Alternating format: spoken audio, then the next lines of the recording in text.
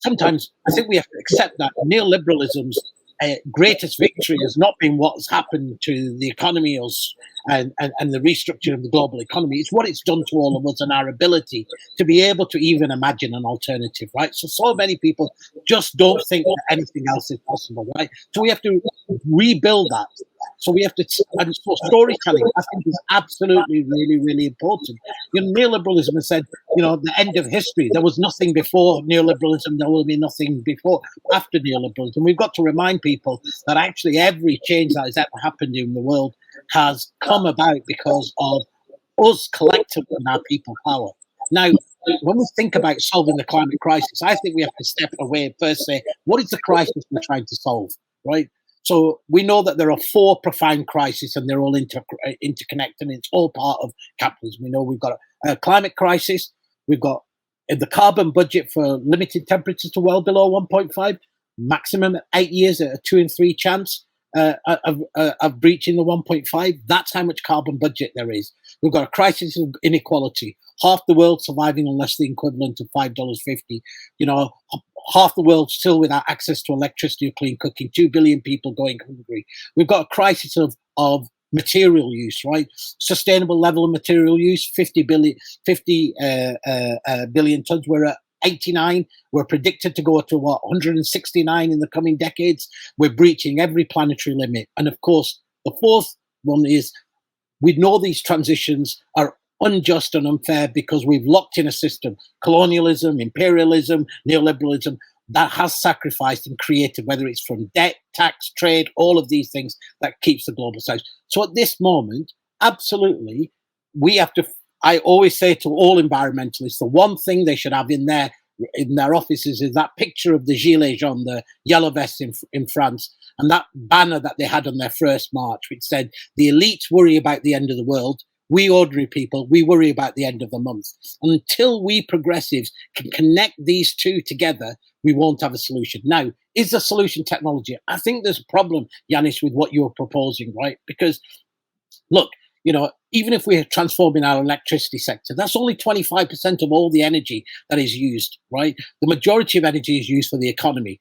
We have to reduce energy by about 60% whilst increasing energy demand by about 60% to meet energy poverty. Is that possible by simply thinking about technology? Or do you need to say, well, actually, to transform, whether it's the energy system or the food system, which are two critical components, we have to go much more profound about. You have to see energy and food and land and water as public goods again. We have to have that fight again, democratically controlled, equitably shared. So I don't want to get into a conversation about less. I want to get into a conversation about better. And the getting into the conversation about better requires us to be able to describe a vision of the world that we want, right? And then have the concrete political demands. Now we know there are a million things that need to be changed, but there are some threads of the tapestry of neoliberalism that if you undid, would start to actually weaken the whole architecture, right? So energy and food are critical ones. We know land, we know living wages, social protection, all these things that directly relate to the majority of people. So when we ask also ourselves the question, you know, how does this connect with where people are? We should also recognize it depends on where you are in the world. Because for most people in the global south and in movement, the fight around land, food and energy and living wages and social is an everyday fight.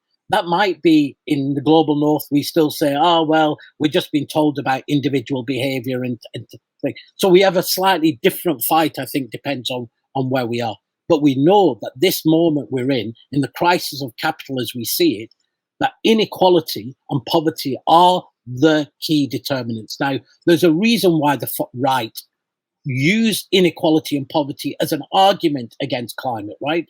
If you look at the rise of the populist right, they're all using this as green crap on the poorest people. The poorest people will pay the price. And so we're right. We can look backwards and say the greatest defeat of environmentalism was the fact that climate was controlled by environmentalists, right? So they talked about in technology, they talked about in parts per billion, in temperature rises, and not about warm homes for people, not about free public transport, not about things that directly connected with people.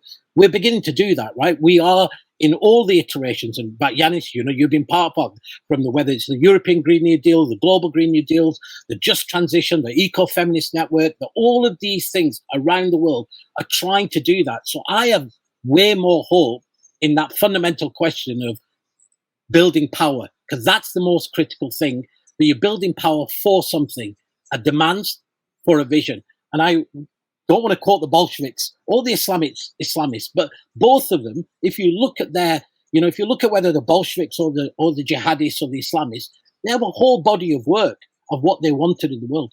But what did they connect with people?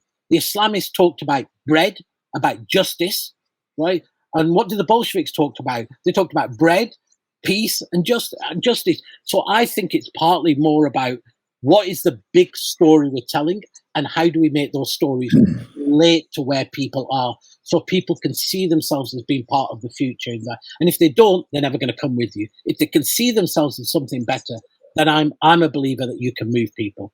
And you don't have to move 100% of people, but you can move enough people that we can actually start to weaken the pillars of the system as we've got it.